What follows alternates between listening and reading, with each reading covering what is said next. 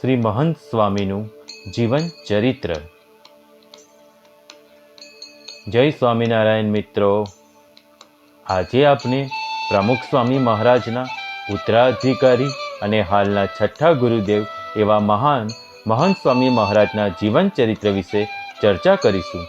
મહંત સ્વામીના જન્મથી લઈને આજ સુધીનું દરેક જીવન ચરિત્ર વર્ણન આ વિડીયોમાં જોવા મળશે, તો વિડીયો એન્ડ સુધી જોવા વિનંતી। અને હા, કમેન્ટ બોક્સમાં 5 વાર જય સ્વામિનારાયણ અવશ્ય લખજો। જય સ્વામિનારાયણ।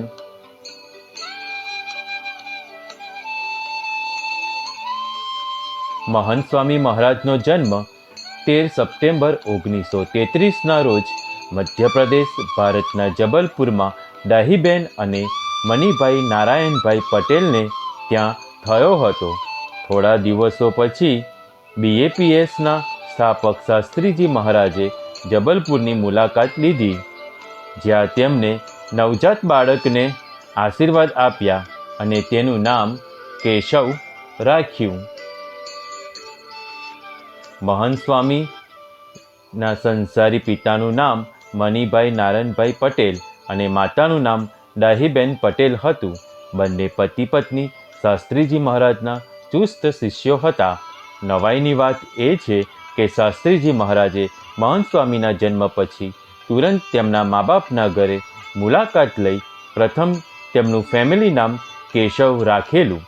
સંસારી વિનુભાઈ પ્રાથમિક અને માધ્યમિક શિક્ષણ પોતાના જન્મસ્થળે જબલપુરમાં પૂરું કર્યું। પછી જબલપુરમાં મેટ્રિક પાસ થઈ તેઓ ત્યાંની ક્રિશ્ચિયન સ્કૂલમાં દાખલ થયા। કૃષિ કોલેજની હતી અને આનંદમાં હતી। તેમને નવાઈ લાગશે કે મહંત સ્વામી ખેતીવાડી કોલેજના ગ્રેજ્યુએટ છે।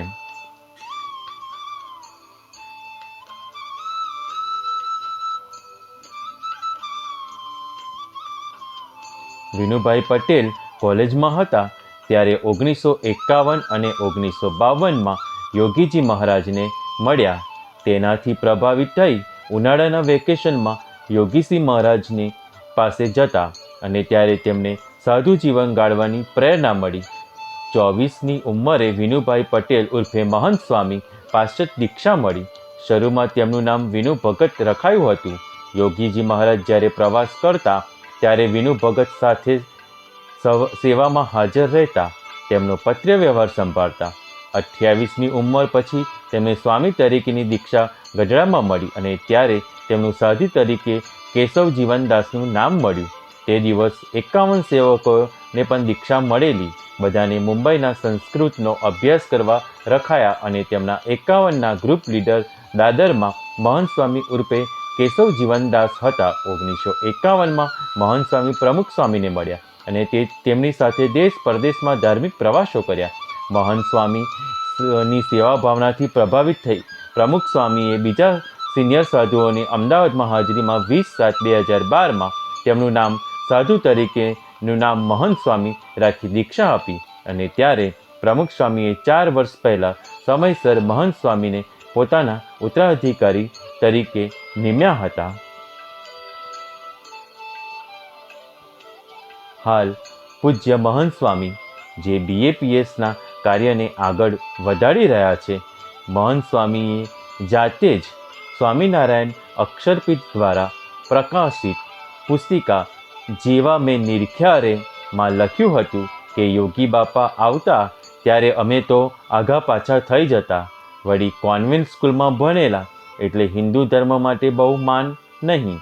એકવાર તો યોગી બાપા આવેલા અને તે સમયે મને ઠાકોરજીની આરતી ઉતાર્યા બાદ આંસકા લેવા આપી તે ફૂંક મારીને હોલવી નાખેલી। જોકે આ બધા પછી મને ધીરે ધીરે શ્રીજી મહારાજ અને સ્વામીનું કાર્ય સમજાયું અને બાદમાં સાધુ થયા।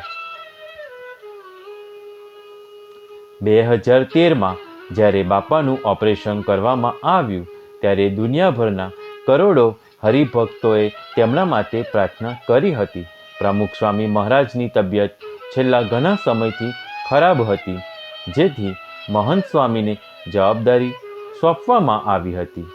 પત્ર દ્વારા પ્રમુખ સ્વામી મહારાજે મહંત સ્વામીને સંતોના પ્રશ્નોના સમાધાનની જવાબદારી સોંપી હતી। પ્રમુખ સ્વામી મહારાજે 20મી જુલાઈ 2012ના દિવસે એક નિયુક્તિ પત્ર લખીને પોતાના આધ્યાત્મિક અનુગામી તરીકે મહંત સ્વામીને અનુસરવા કહ્યું હતું. તેમની આજ્ઞા મુજબ મહંત સ્વામીને હવે ગુરુ પરંપરાના 6થા ગુરુદેવ તરીકે બિરાજમાન કરવામાં આવ્યા અને હાલમાં તેઓ બોચાસનમાં બિરાજમાન છે.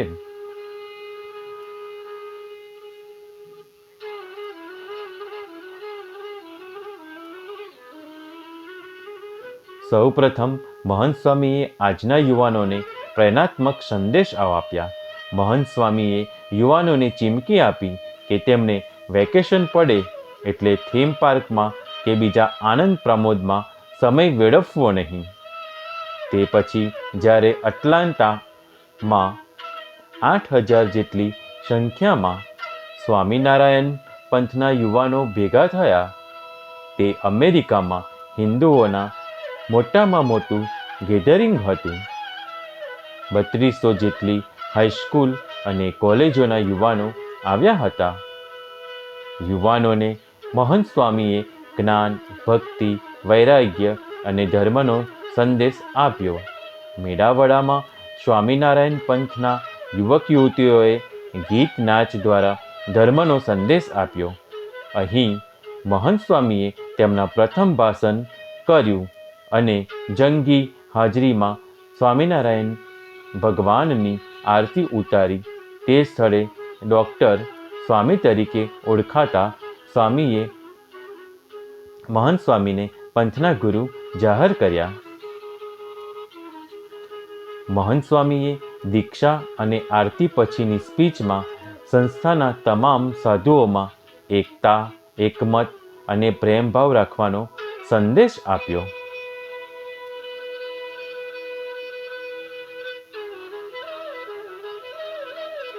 ઘણાને નવાઈ લાગશે કે હાલના BAPS ગુરુ મહંત સ્વામી ગુજરાતી જાણે છે અને બચપન મધ્યપ્રદેશ જબલપુર વીત્યું છતાં તેમને ધર્મના સંસ્કાર ક્યાંથી મળ્યા? મહંત સ્વામી સંસારી પિતા મણિભાઈ ધંધાર્થે જબલપુર ગયેલા એટલે વિનુભાઈ પટેલનું બચપન ટીનેજરની વય મધ્યપ્રદેશમાં ગાળેલું. તેમનું કોઈ સાધુ માનીને 4 ચોપડી ભણેલા માણસો. મહંત સ્વામી ઇંગ્લિશ મીડિયમમાં ભણેલા. 12મા ધોરણમાં તે અતિ અસાધારણ બ્રિલિયન્ટ વિદ્યાર્થી હતા.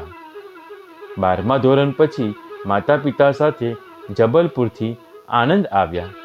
આણંદની કૃષિ કોલેજમાં અભ્યાસ ચાલુ રાખી કૃષિ ગ્રેજ્યુએટ બન્યા. જગતના શહેરમાં સ્વામિનારાયણ પંથીઓ એક વાતને વળગી રહે છે. તે વાતના 4 સ્તંભ. 4 સ્તંભ છે: નોલેજ, ડિવોશન, ડિટેચમેન્ટ અને રાઇચસનેસ. અર્થાત સ્વામિનારાયણ કે કોઈ પણ હિન્દુ કે મુસ્લિમ માનવીએ તેના જીવનમાં સતત જ્ઞાન વધારવું, સમર્પણ ભાવ રાખવો, મોહથી મુક્ત રહેવું અને દરેક વ્યક્તિ સાથે ન્યાયપૂર્વ રીતે વર્તન કરવું. રાઇચસનેસ એટલે ધર્મ ભાવના, ન્યાયનિષ્ઠા, નીતિપરાયણતા અને સાદો અર્થ છે ઈમાનદારી. ઈમાનદારીને હું પણ ખૂબ નિષ્ઠાપૂર્વક પાળું છું.